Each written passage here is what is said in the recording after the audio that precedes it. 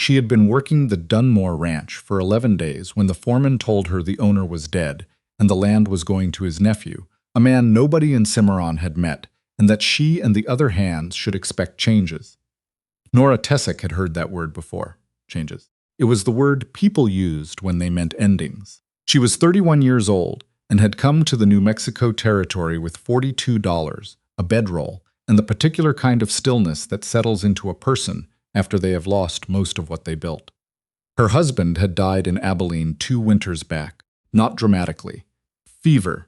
3 days and then gone, and she had stood in the doorway of the room they'd rented above the tanner's shop and understood very clearly that she had nothing now except what she could carry. She'd worked her way south and west the way water moves, finding the low path, taking what was offered. A season cooking for a cattle outfit near Las Vegas. Half a winter mending harness for a horse trader in Mora. Then Dunmore's place, which had been a good situation. Bernard Dunmore was 63, fair, and asked nothing of his hands except that they work hard and leave his horses alone unless he said otherwise. She had done both. She'd been good at both. Now Bernard Dunmore was in the ground, and the hands stood in the yard in the September heat and waited to find out what came next. The nephew arrived on a Thursday, which was the day the Cimarron stage came through from the south. Nora was mending a section of fence along the east pasture when she heard the buckboard come up the main road. She didn't stop working. She finished the section she was on, drove the last staple, tested the wire with her gloved hand, and then stood and looked. The man climbing down from the buckboard was not what she expected, though she hadn't formed a clear expectation. He was somewhere past 40, lean, with the kind of face that had been weathered past handsomeness into something more durable. Dark hair going gray at the temples. He moved like someone who had spent time in rough country, not stiffly but deliberately, the way you moved when you'd learned to notice the ground before you put your foot down. He stood in the yard and looked at the house, then at the barn, then at the hands who had gathered near the water trough. His gaze was thorough and unhurried. When it reached Nora at the fence line, it stayed for a moment longer than the others. Not a long moment, just a fraction. She went back to rolling the extra wire. His name was Calvin Price. She learned that from Emmett, the oldest hand, who'd gotten it from the lawyer who'd come out the week before to read Bernard's papers. Calvin Price, of Santa Fe originally, most recently of nowhere in particular. Bernard's sister's son. He'd been surveying contracts for a land office for the last several years, working out of a saddlebag, which explained the way he moved. She learned later that he'd asked Emmett who the woman on the fence line was. Emmett had told him her name and a brief version of how she'd come to be there. Emmett was not a man who editorialized, so it would have been brief. Name, situation, how long she'd been on the place. That would have been enough for Emmett. Nora didn't know what Calvin did with that information. He didn't approach her that first day. He spent the afternoon going through the barn and the outbuildings with a methodical attention that she observed without appearing to observe. He wasn't inspecting things the way a man looked for problems to complain about. He was looking the way a man looked when he was trying to understand what he'd been given. She respected that, quietly, without making anything of it. The first time he spoke to her directly was the following morning. She was at the well before dawn, drawing water for the horses, and he came around the corner of the barn with his sleeves already rolled and his hair not yet settled, and stopped when he saw her. "Miss Tessick," he said. "Mr. Price." He looked at the bucket she was filling. "I can get the morning water. I have it," she said. "I've been doing it." He stood there for a moment, not blocking her, just present. The sky above the Sangre de Cristos was the particular deep blue that came just before the light changed. "How long have the horses been on that south pasture?" he asked. "Since I've been here. Bernard moved them there after the fence work last spring, according to Emmett. The grass is going to be thin by November." She looked at him. "There's graze on the north side, past the draw." Bernard kept it rested. "I saw it." He turned and looked toward the north ridge. "It'll do." He went back around the barn. She finished drawing water and carried it to the trough and stood for a moment in the cooling dark, aware of something she didn't examine too closely. The simple fact of a conversation that had been about the work, and nothing but the work. That was rarer than it sounded.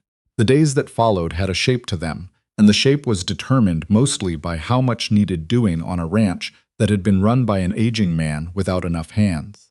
The roof of the main barn had a section that wanted replacing. The south windmill was pulling slow. 3 sections of fence along the creek needed restringing.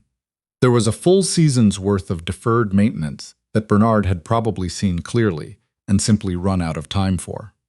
Calvin set about it without announcement. He appeared wherever the hardest work was, and worked until the light failed, and sometimes past it. He didn't order anyone around in the manner of a new boss establishing authority.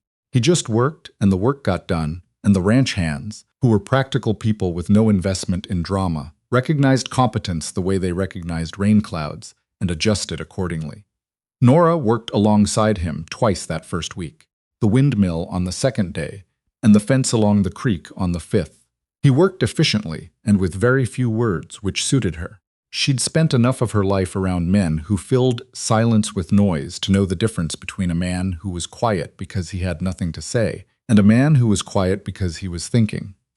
Calvin was the second kind. On the 8th day, a rider came up the main road in the early afternoon. He was dressed for the city, good coat, good horse, and he wore his pleasantness the way some men wore it, as a surface with something harder underneath. Nora was in the yard repairing a stirrup leather when he came through the gate. She watched him tie his horse without offering to help. He didn't look at her long enough to suggest he'd seen her at all.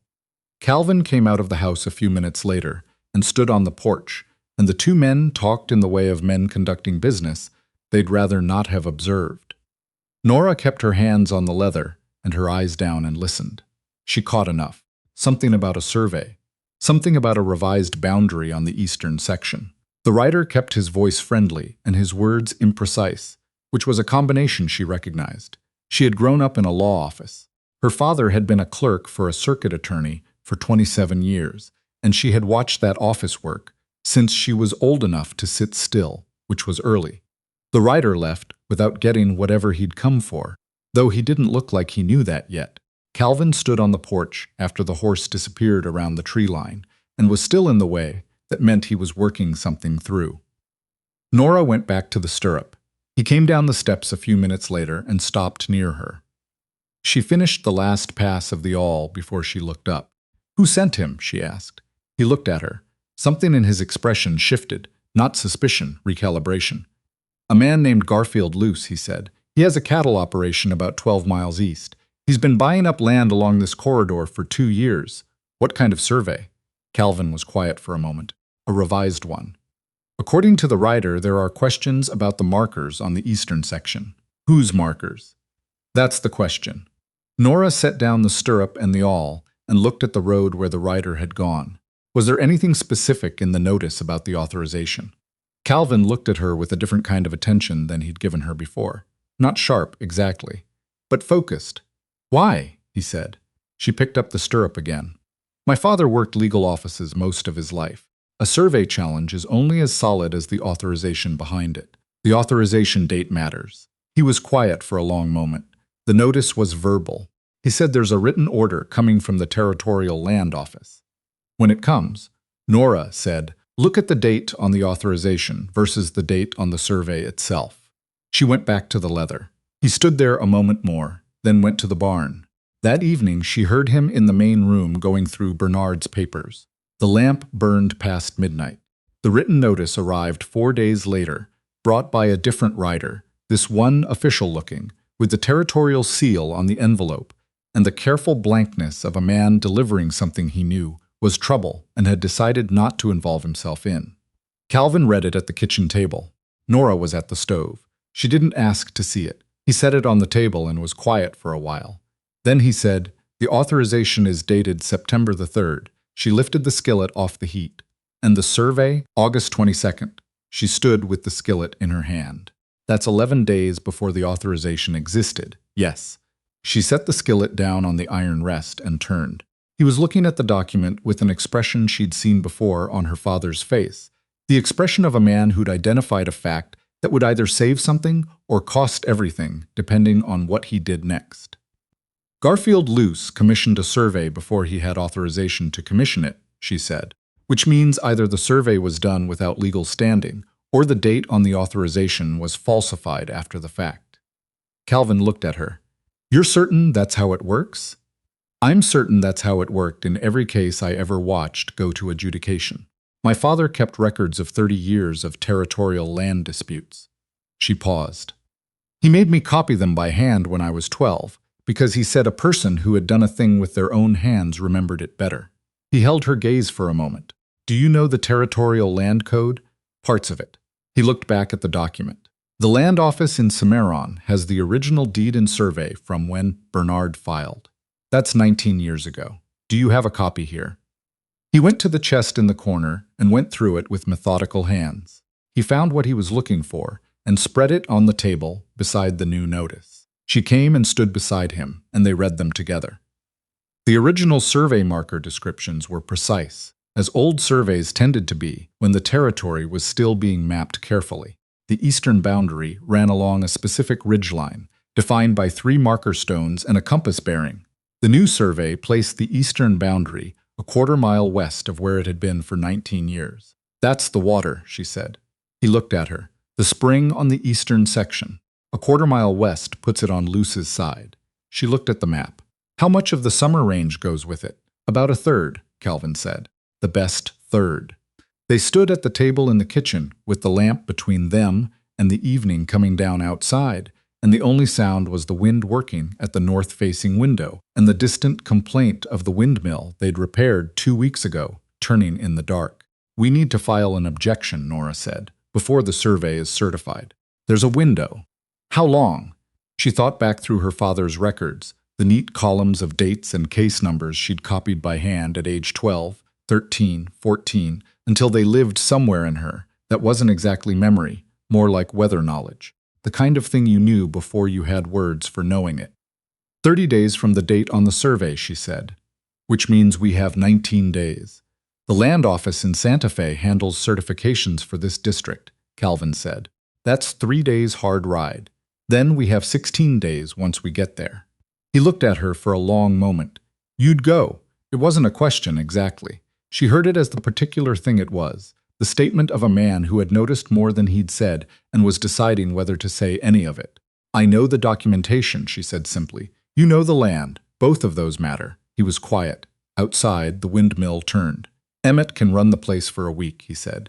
He's done it before. I know, he told me. Something moved across Calvin's face. Not a smile, close to one. You've been talking to Emmett. Emmett talks to anyone who works hard and doesn't complain. She turned back to the documents. We should copy these before we go. The originals stay here locked. He pulled out a chair and sat down.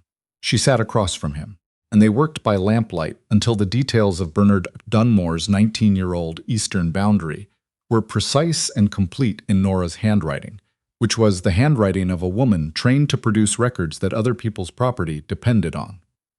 They left before dawn 2 days later. Emmett was at the gate when they pulled out, which Calvin had expected. Nora had come to understand that Emmett's presence at moments like this was simply what Emmett did. He stood with his arms at his sides and looked at them with the expression of a man who had no words for what he wanted to say and didn't think words were necessary. Water the east trough in the evenings, Nora told him, because she knew he knew, but also because giving him something specific to hear made the departure easier. Been doing it, Emmett said. I know. She flicked the reins. They went. The road south to Santa Fe was long, and Calvin drove it the way he drove everything, with full attention and no wasted motion.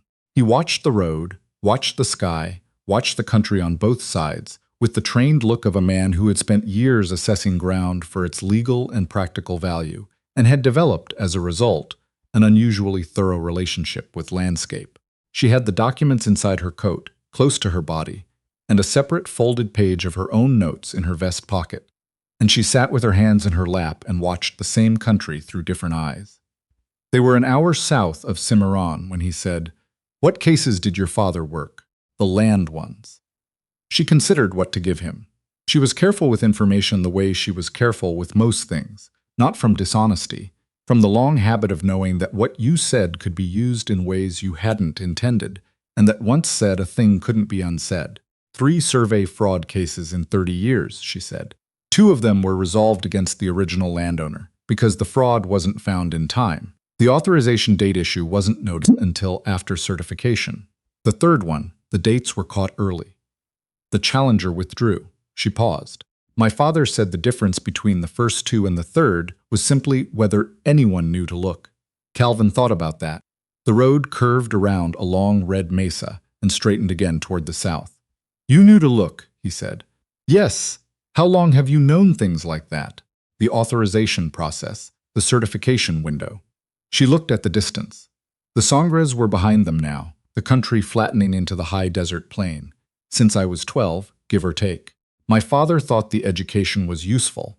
Was it? She thought about the years since her father's death, the ones where she'd had all that knowledge and no standing to use it, no door that opened to a woman with a dead man's legal education, and no certificate of her own. The cattle outfit, the horse trader, the fence work. It is now, she said. He didn't respond to that immediately. She hadn't expected him to. He was a man who sat with things before he spoke about them, which she'd identified early and found, against her expectations, restful. After a while, he said, Bernard told me about this land once, in a letter. He said the eastern section was where the water was, and the water was where everything else came from. He was right. He usually was. Calvin watched the road. He was the only person in my family who thought I should keep moving. Everyone else thought surveying contracts was a poor living for a man past 40. Is it? It's an honest one, he paused. Bernard said that was rarer than people admitted. She looked at him. At the set of his jaw, the steadiness of his hands on the reins, the way he'd said Bernard's name with a particular care that told her the loss was real and recent, and not yet fully processed. He sounds like he was a fair man, she said. He was.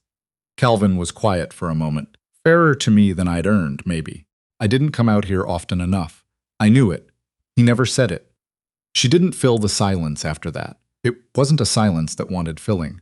It was the kind that needed to be given space until it settled on its own. They stopped once to water the horses at a creek crossing, where a stand of cottonwoods gave some shade against the afternoon heat. Nora climbed down and stood at the water's edge while the horses drank, and she looked at the current and thought about the eastern section and the spring and the quarter-mile that Garfield Luce had drawn on paper and called a boundary. She thought about the two families she knew about from her father's records, the ones who hadn't caught the dates in time. She thought about what it cost to lose the water on a dry range. He won't stop at the survey, she said when Calvin came to stand beside her. No, he said. He'd come to the same conclusion. She could hear it, without any drama attached. Just the plain acknowledgement of men like Luce and how they moved. Do you know who he has at the Cimarron Land Office? A clerk named Sims, Luce's brother-in-law. She looked at the water. How long has Sims been there? 3 years. Since about the time Luce started buying in this corridor. She thought about that. The timing was not accidental. Men like Luce didn't leave things to chance. They built their infrastructure before they needed it. When we file in Santa Fe, she said, we file against Sims specifically, not just the survey. The authorization discrepancy implicates the issuing office. Calvin was quiet for a moment. That's a harder argument. It's a true one. She turned from the water. A harder true argument is better than an easy false one. Your deed is clean. The original survey is clean. The only thing not clean is what Luce built in the last 3 years. He looked at her with something she'd been aware of before, that particular quality of attention that was different from being looked at. Being seen, maybe. The distinction mattered to her in a way she hadn't fully named.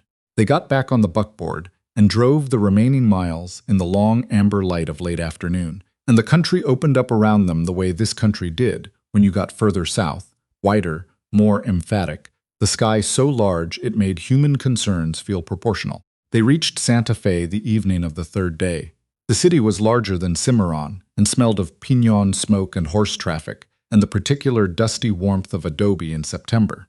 They found a boarding house on the street behind the territorial building, where a woman with a practical face rented them 2 rooms without commentary and fed them at the common table with 4 other travelers. Nora spent the evening at the small desk in her room with her notes spread flat. She wrote the objection in the deliberate, clear handwriting her father had trained into her, the kind that left no room for misreading. She cited the authorization date against the survey date. She cited the original boundary description from the 19-year-old deed. She cited the relevant section of Territorial Land Code, which she had to work through from memory, and did, with the patience of someone who understood that careful was faster than quick when documents had to hold. She finished at nearly midnight and read it through twice. It was 4 pages. It was the most complete piece of legal work she had done since her father died, and she sat with that for a moment before she folded it and went to bed.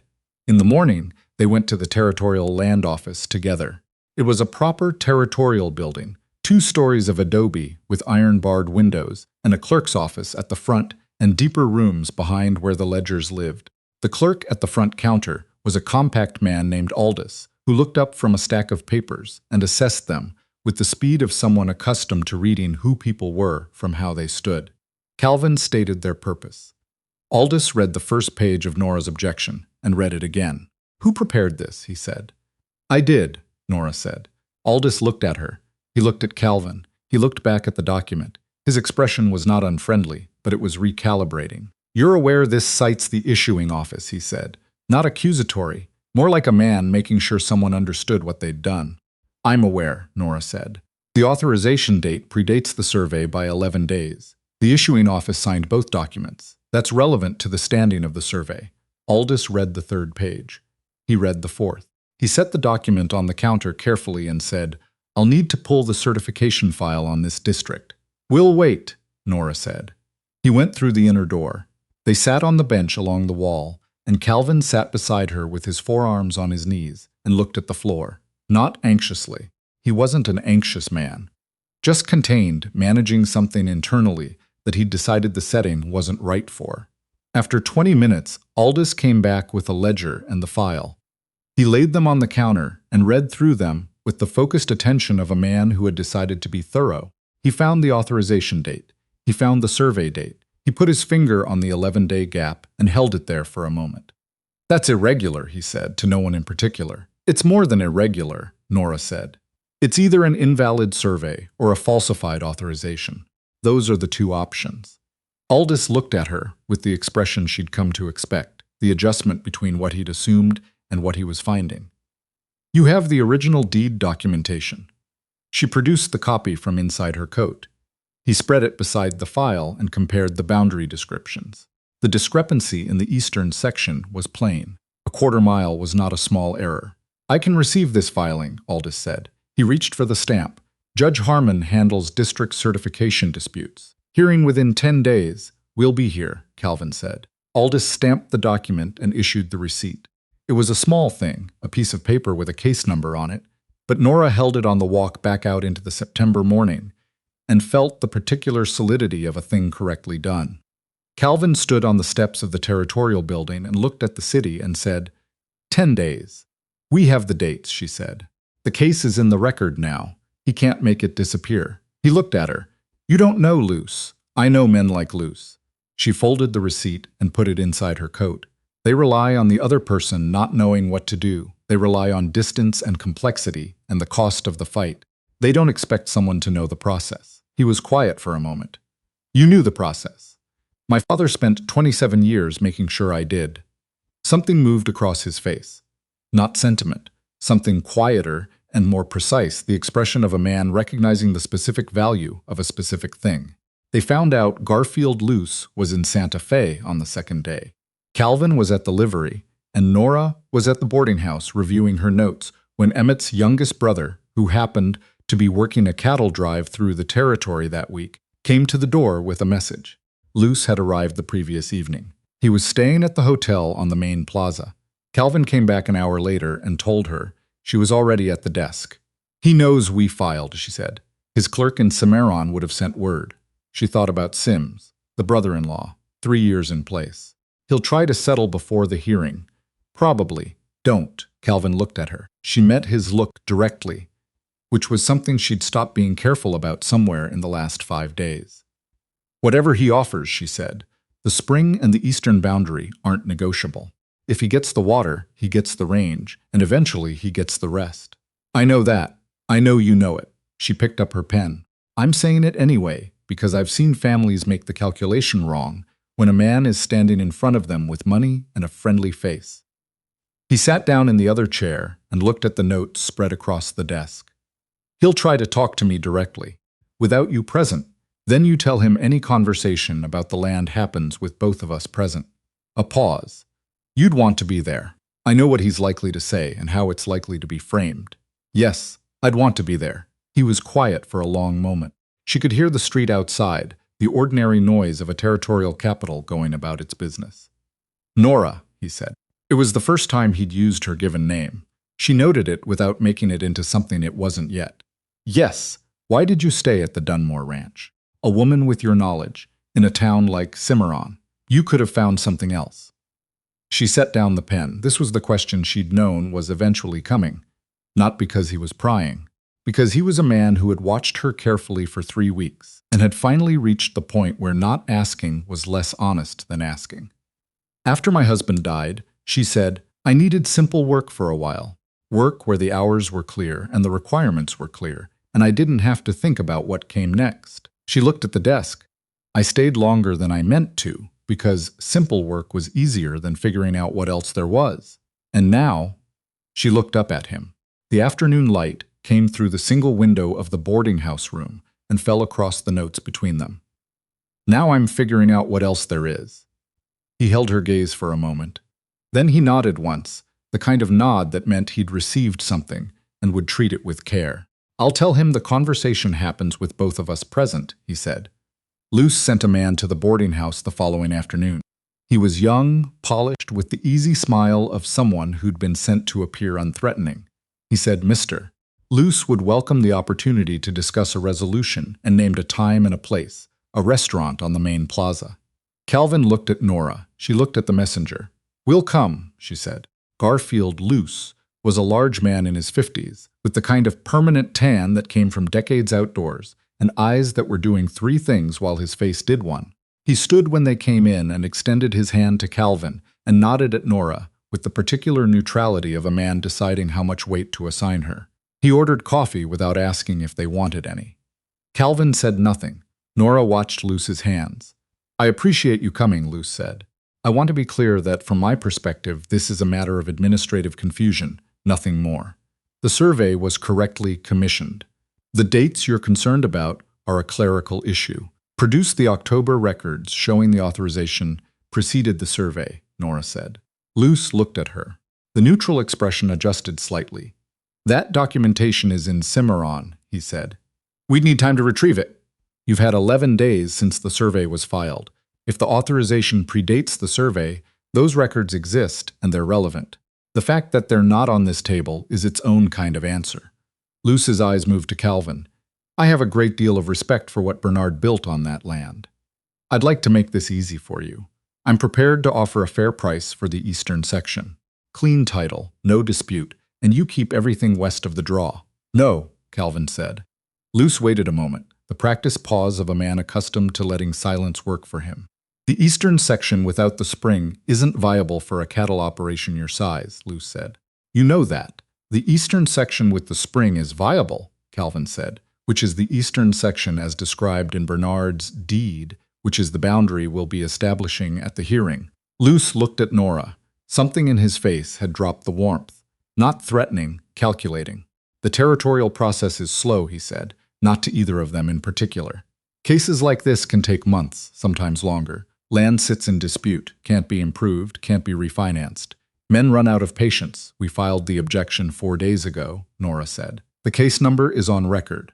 The authorization discrepancy is on record. There's nothing slow about what's already written down. Luce looked at her for a long moment. She held his gaze the way she'd learned to hold the gaze of men who were deciding whether she mattered. The trick was not to decide for them. He stood.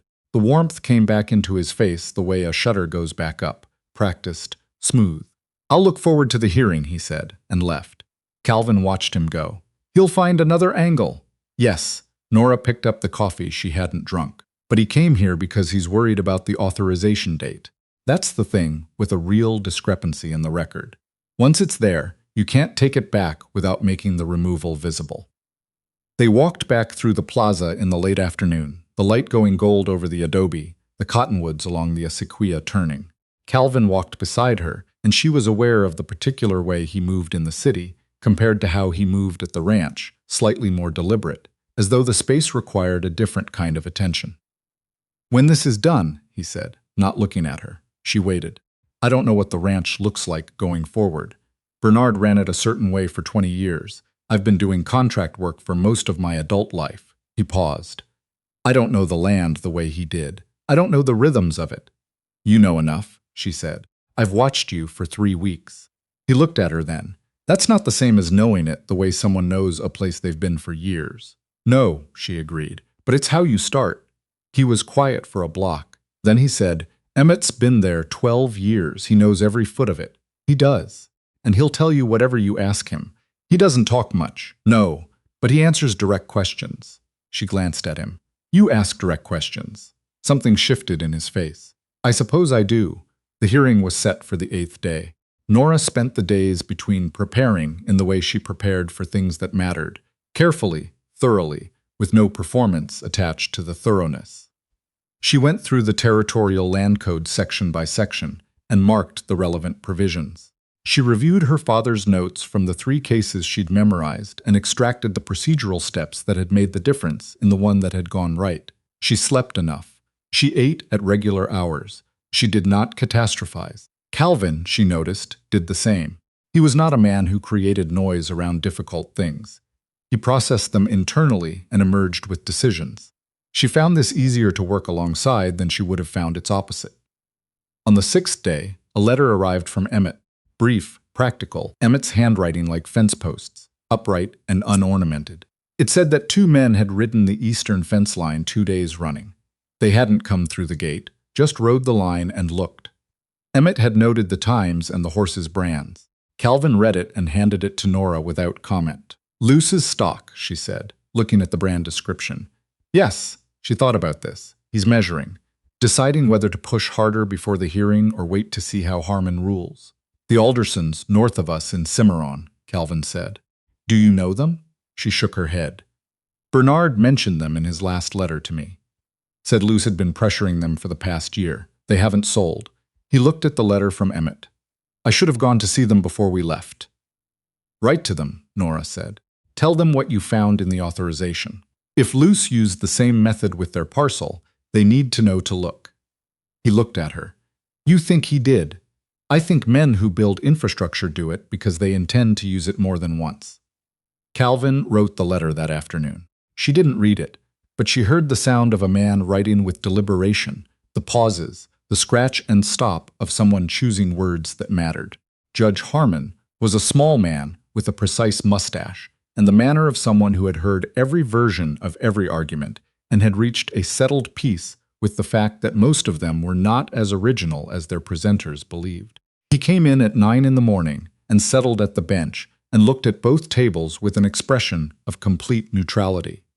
Luce's lawyer was a man named Wentworth from Santa Fe, experienced enough to carry himself with the ease of someone who had been in this room many times. He arrayed his documents with the efficiency of practice. Calvin and Nora sat at the second table. She had the objection, the original deed copy, the boundary survey from 19 years ago, and 3 pages of her own notes organized by argument. She had dressed plainly and sat straight and let the work she'd done be what it was.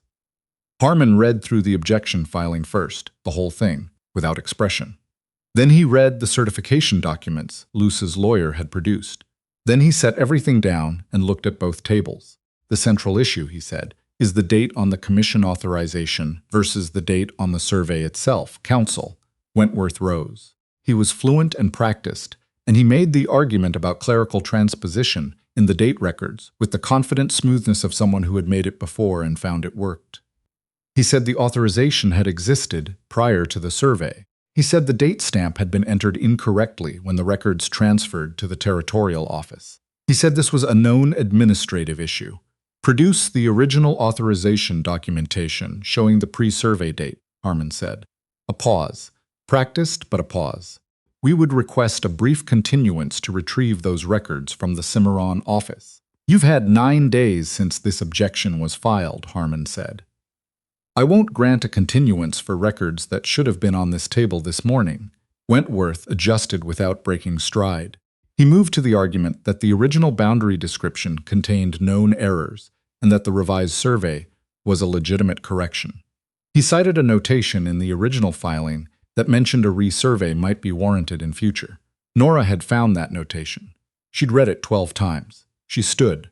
Harmon looked at her. "You're presenting the objection?" "I prepared the objection," she said. "Yes." He looked at her with the same recalibration she'd seen before, the adjustment of a man revising what he'd assumed. "Proceed." "The notation, mister," Wentworth cited, she said, "is in Bernard Dunmore's handwriting, not in the official survey record. It was a personal note written in the margin of his copy of the deed. The note reads, in full, resurvey of northeast pasture may be useful for internal purposes." She looked at the judge. "That's a rancher's note about managing his own land. It does not constitute a legal authorization for an external survey by a third party that relocates the boundary." Wentworth stood. "The notation reflects. It reflects nothing about the eastern boundary," Nora said, "which is what's in dispute. The eastern boundary is defined by 3 marker stones and a compass bearing that have been in the same location for 19 years. Mr. Luce's survey moves those markers by a quarter mile. The notation says nothing about the eastern markers." Harmon looked at the document. He found the notation. He read it. "That's accurate," he said, to neither of them in particular.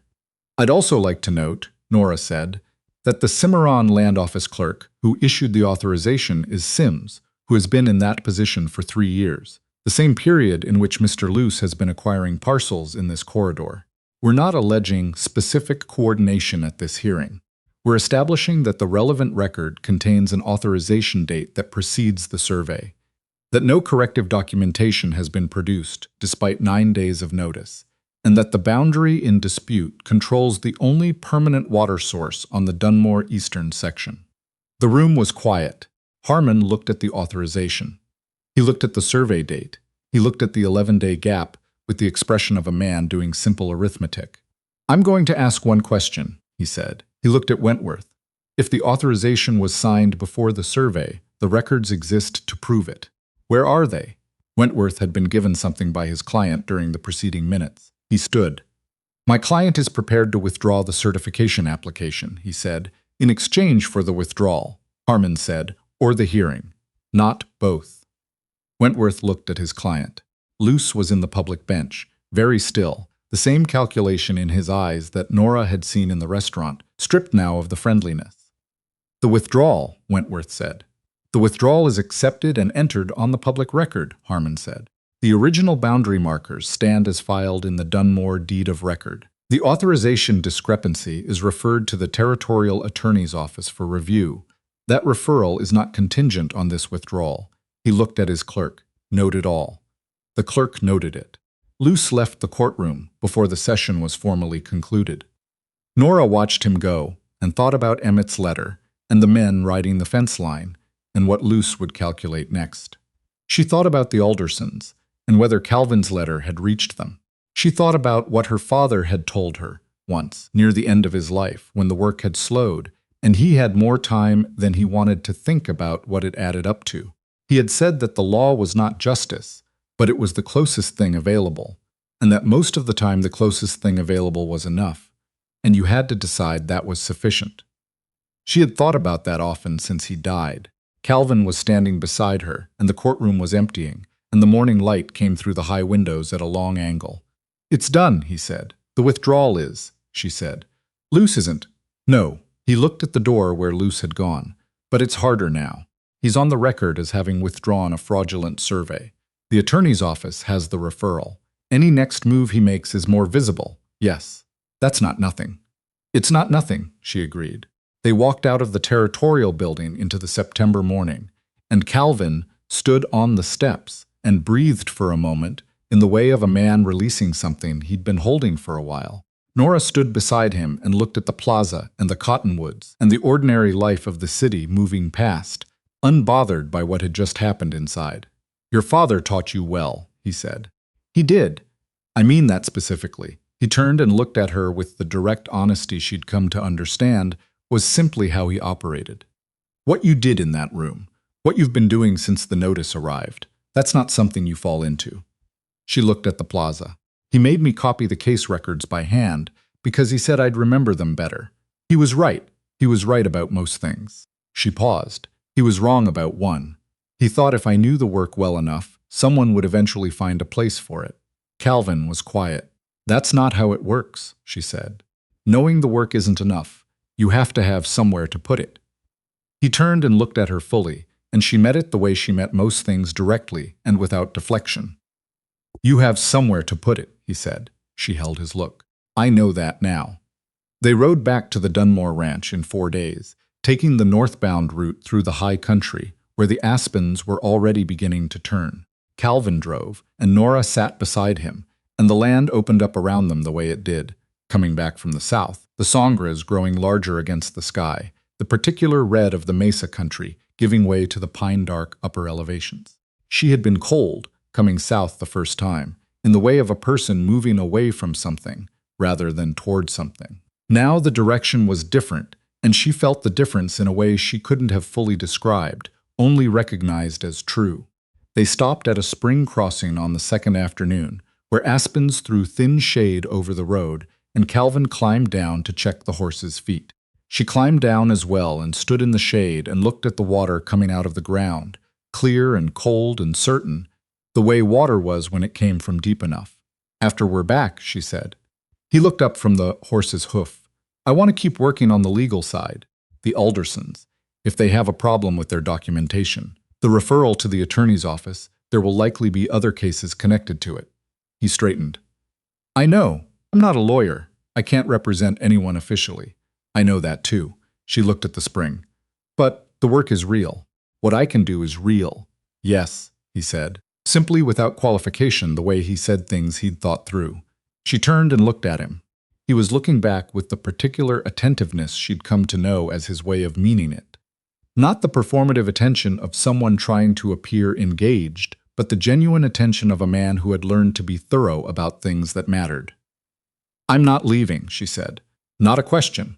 I want to be clear about that. I'm not asking you to." He held her gaze. "The ranch needs what you bring to it. I need." He stopped. Started differently. "I've been doing this work alone for 12 years. Contracts, assessments, moving from place to place. I'm good at it.